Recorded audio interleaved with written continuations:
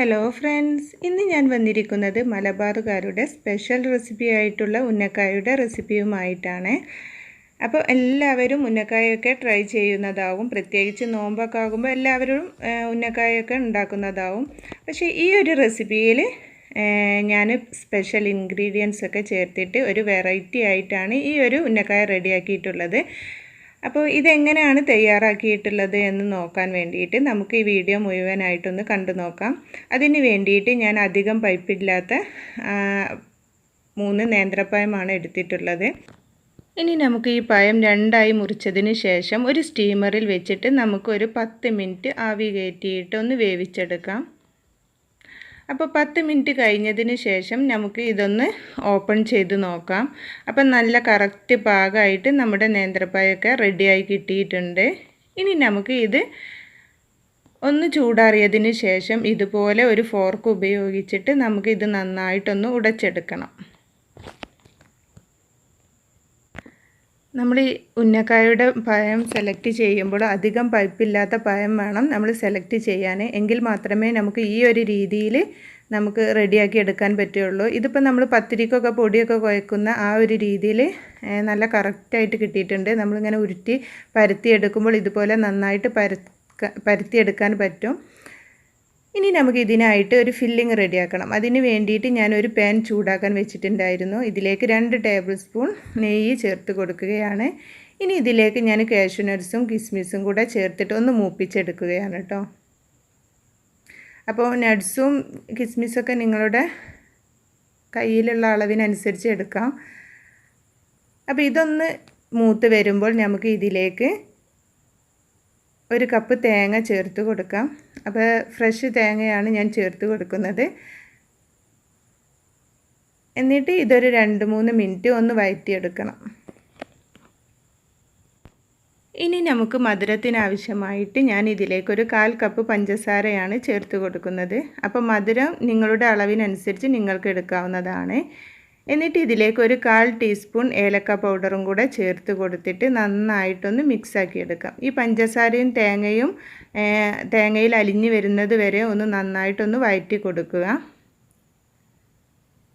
ഇനി നമുക്ക് ഈ ഒരു ടൈമിൽ കോഴിമുട്ട ചേർക്കണം എന്നുണ്ടെങ്കിൽ ഒരു 2 കോഴിമുട്ട ഇതിൽ ചേർത്തിട്ട് അതും കൂടെ മിക്സാക്കി എടുക്കാം. ഞാനിപ്പോൾ ഇതിൽ ചേർക്കുന്നത് ഇതുപോലെ ഒരു കടലപ്പരിപ്പാണ്. കടലപ്പരിപ്പ് ഉപ്പിട്ട് വേവിച്ചതിന് ശേഷമാണ് ഞാൻ ഇതിൽ ചേർക്കുന്നത്. ഇതാണ് ഞാൻ സ്പെഷ്യലായിട്ട് ചേർക്കുന്ന ഒരു ഇൻഗ്രീഡിയൻറ്റ്. എന്നിട്ട് ഇതെല്ലാം കൂടെ ഒന്ന് നന്നായിട്ട് മിക്സാക്കി എടുക്കാം. അപ്പോൾ ഇത്രയേ ഉള്ളൂ, നമ്മുടെ ഫില്ലിങ് ഇവിടെ റെഡി ആയിട്ടുണ്ട്. ഇനി നമുക്ക് ഈ ഫില്ലിങ് നമ്മൾ നേരത്തെ റെഡിയാക്കി വെച്ചിട്ടുള്ള പഴത്തിൻ്റെ മിക്സ് ഉണ്ടല്ലോ അതിലേക്ക് വെച്ചിട്ട് നമുക്ക് ഈ ഉന്നക്കായ റെഡിയാക്കി എടുക്കണം. അപ്പോൾ ഇതുപോലെ നല്ല കയ്യിൽ ഇതുപോലെ വെച്ച് പരത്തിയതിന് ശേഷം നമ്മുടെ ഫില്ലിങ് 2 ടേബിൾ സ്പൂൺ നമ്മുടെ ഫില്ലിങ് വെച്ച് കൊടുക്കുക. എന്നിട്ട് ഇതുപോലെ തമ്മിൽ ഒന്ന് പ്രസ് ചെയ്തതിന് ശേഷം നമുക്ക് ഈ ഒരു രീതിയിൽ ഒന്ന് അമർത്തി കൊടുത്തിട്ട് നമുക്ക് ഈ ഒരു ഷേപ്പിലാക്കി എടുക്കാം.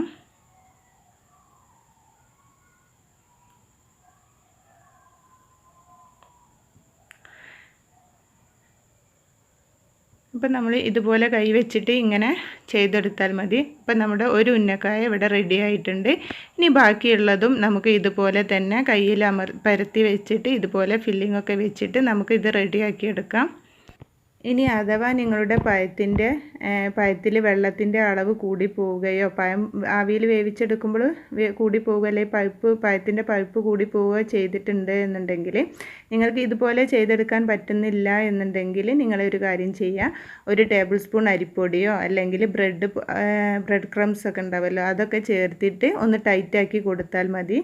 അപ്പം നമ്മുടെ ഉന്നക്കായ എല്ലാം ഞാനിവിടെ റെഡിയാക്കി എടുത്തിട്ടുണ്ട്. ഇനി ഞാൻ ഇതുപോലെ ഒരു ചീനച്ചട്ടിയിൽ ഓയിൽ ഒഴിച്ചിട്ട് ചൂടാകാൻ വെച്ചിട്ടുണ്ടായിരുന്നു. നന്നായിട്ട് ചൂടായ ഓയിലിലേക്ക് നമ്മുടെ റെഡിയാക്കി വെച്ചിട്ടുള്ള ഓരോ ഉന്നക്കായ ഇട്ട് കൊടുത്തിട്ട് ഒന്ന് ഫ്രൈ ചെയ്തെടുക്കാം.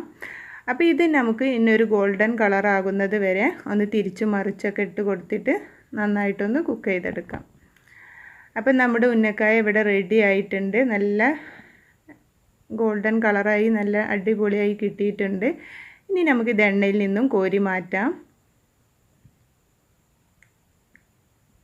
അപ്പോൾ ഈ ഒരു റെസിപ്പി നിങ്ങൾക്ക് ഇഷ്ടപ്പെട്ടെന്ന് വിചാരിക്കുന്നു. ഇഷ്ടപ്പെട്ടാൽ ലൈക്ക് ചെയ്യാനും ഷെയർ ചെയ്യാനും അതുപോലെ തന്നെ സബ്സ്ക്രൈബ് ചെയ്യാതെയാണ് വീഡിയോ കാണുന്നത് എന്നുണ്ടെങ്കിൽ സബ്സ്ക്രൈബ് ചെയ്യാനും മറക്കരുത്. ഇനി ഈ ഒരു റെസിപ്പി നിങ്ങൾ ട്രൈ ചെയ്തതിന് ശേഷം ഇതിൻ്റെ ഫീഡ്ബാക്കൊക്കെ കമൻറ്റായി കമൻറ്റ് ബോക്സിൽ അറിയിക്കുക. Thanks for watching.